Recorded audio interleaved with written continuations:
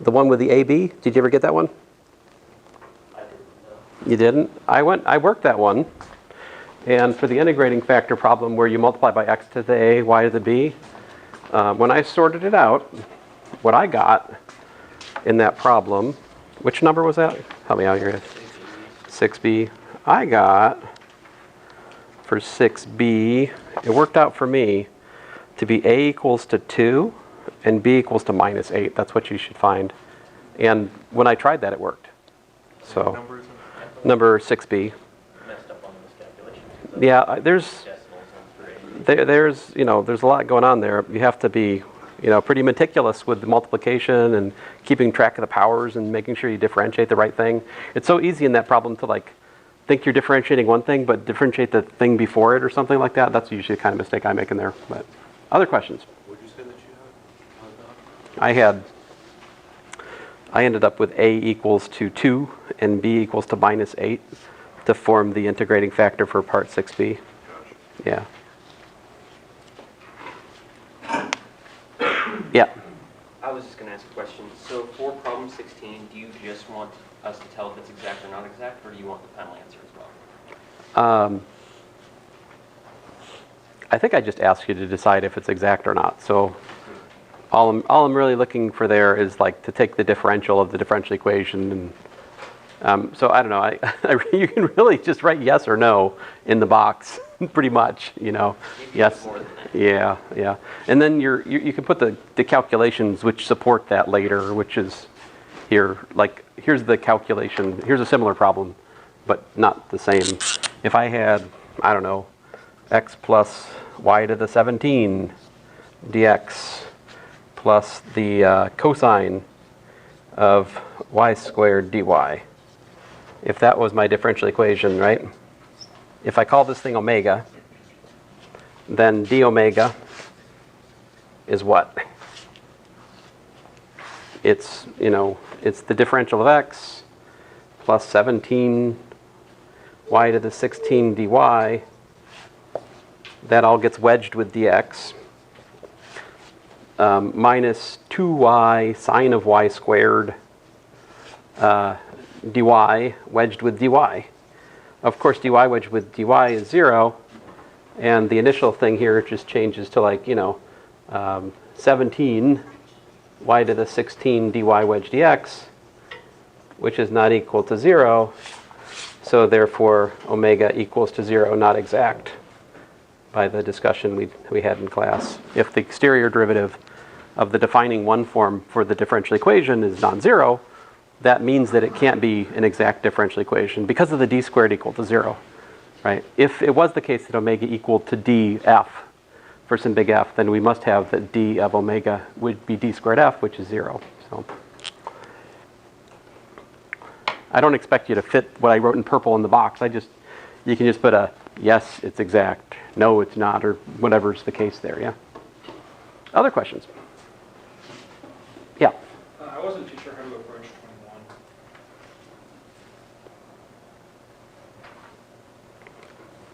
Well, the way to approach 21 is just like a example in the notes. This one, for instance. So here, for example, 2.59 in the notes, I have, let me turn off the lights here. I have a friction force of minus bv squared, initial mass, speed v naught, position x naught, find the velocity and position as a function of x, a function of t. Do I have function of x here? Oh, I'm sorry, this is slightly different. You're right, this is a different problem. But here I found, part of the problem that you asked me about is to find the velocity as function time. So that would be just like this. We set f equals to ma and solve. The other thing, to find velocity as a function of position, it goes back to the v dv dx trick.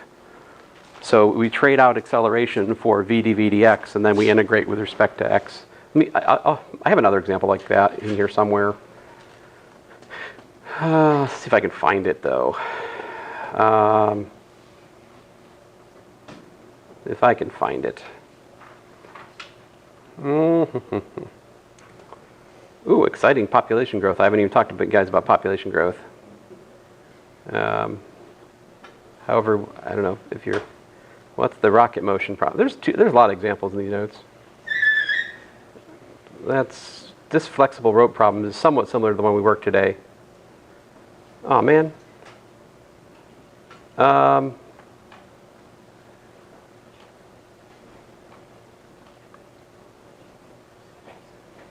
think if you look in my physics notes, give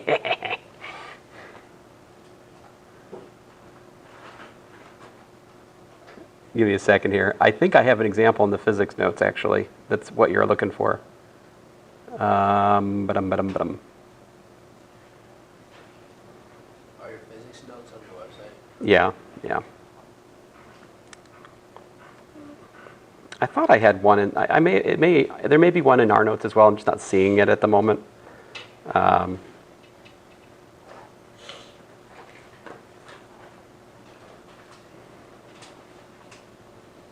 right. I'll eventually find my notes. Come on.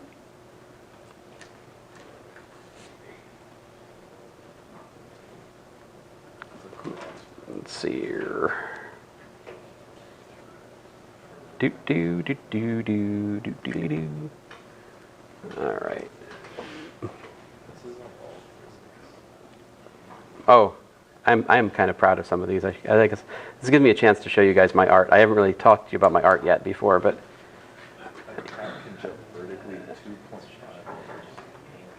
so I mean, yeah, yeah, of course. It's. That is actually magnificent. I know. I'm an artist and stuff. So Did you use a ruler? like this one, I'm very proud of this, right? So like, I mean, come on. Not just anybody can draw these. That's fire. To be clear, they were my prompts that I put into Bing. So it's my art. Respectfully. Yeah, it is actually pretty hard to get Bing to do this because it tries very hard not to let you throw cats. But if you work at it, you can get it. Wait, Bing can produce images now? Yeah, like there's the Like off its AI model? like the Bing AI thing. I don't know what it's currently called. I haven't messed with it in a little bit. Oh, come on. I know I have an example in here.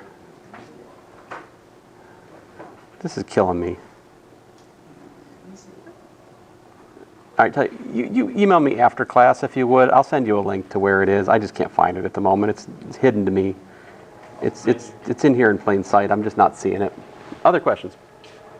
But to answer your question directly, if you go back to the example we did today, we solved velocity as a function of position for like f equals the gmm over r plus y squared. If you look at that, we replaced the acceleration with like v dv dy. So you just that's the thing. If you do that, then you have the velocity times the derivative of the velocity with respect to position is equal to your force, and then you can just separate variables and solve the problem. With the time, you just write down dv dt times m equals to the net force and just integrate directly. So there's that one. But okay, where was I? Let me go back to the notes. This one's fun. This is the population growth problem. If you have a population that grows at a rate which is directly proportional to the population, if you let k1 be the proportionality constant for the growth rate, if you suppose that as the population grows, the death rate's also proportional to the square of the population, and so that gives me like k1 times p1 minus k2 times p squared. So like, this is again an in and out problem. This is the in, rate out, right? Death, life. Anyway, so this gives us this differential equation like so, which we do a little partial fractions to do the integration, all right? And then after a little bit of algebra, you get this lovely formula, which is known as logistic growth. So logistic growth, the most naive form of population growth is just to assume that population growth is proportional to the population, right? That gives you exponential growth, like p naught times e to the kt. Of course, there comes a point where that stops being reasonable, right? When the population gets too large, the resources aren't enough to sustain continued population growth, at which point the growth peters out, right, according to this death rate. And logistic growth tries to model that. And so like here's the formula. that ends up coming from all that. And so if you continue on, the C here, I believe this C out here is the so-called carrying capacity for the system. One of the books that I've used for differential equations back in the day was this book by Ritger and Rose, which is a nice book. And in that book, there's this hilarious little bit of trivia, which is that in a 1920 paper, Pearl and Reed found that the population of America was, this is in millions, 210 divided by 1 plus 51.5 e to the minus 0.03 t. All right. And so the carrying capacity of America apparently is 210 million. So what's the current population of America? They're like 360 something. Yeah, like 360. So yeah, population growth modeling is just notoriously inaccurate. It never anticipates, like further technological developments or plagues. There's like all kinds of stuff that is actually much more relevant. I was gonna ask, like, using that formula, can you, like, guess the max capacity?